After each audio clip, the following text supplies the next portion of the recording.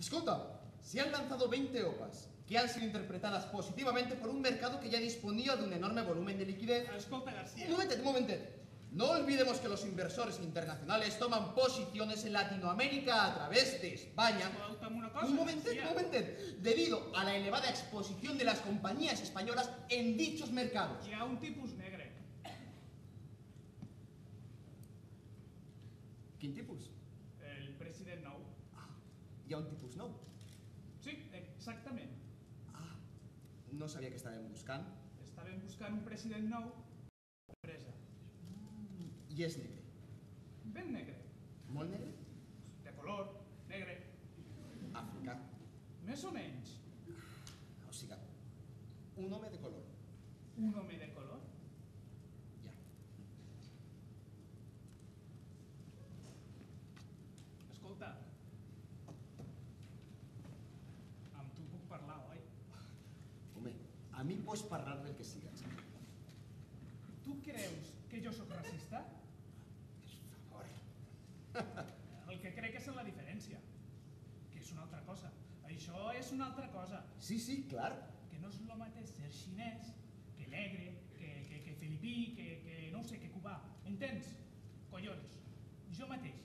A ma casa tinc tots els... O sigui, a veure, el Louis Armstrong, un gran músic. Mira, vaig a dir-te una cosa.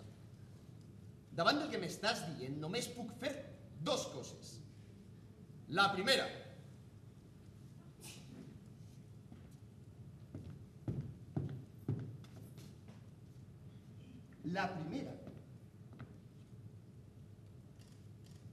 és donar-te les gràcies.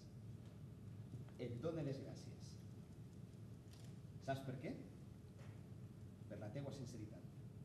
Perquè per confessar això s'ha de tindre... En fi, no ho sé. L'única cosa que demostra és que tens el cervell al seu lloc. Home... I la segona cosa és que no passa res. Tranquil, home. És natural. A tu et molesta. O sigui, tindre un superior teu que ve de fora dels Estats Units que és negre. Perquè és negre. Diguem les coses pel seu nom. És un negre. I a tu t'incomoda. El sents estrany perquè penses, collons, una merda de negres. Encara que sigui indirectament. És normal. Ara bé, l'important és la diferència. Perquè tot el món s'ompli la boca amb la diferència, saps? I després tots rebutgen la diferència. Jo també. Què et penses, que jo sí que l'accepte, la diferència? Doncs clar que no. El que no té tot el món, saps el que és? Tots.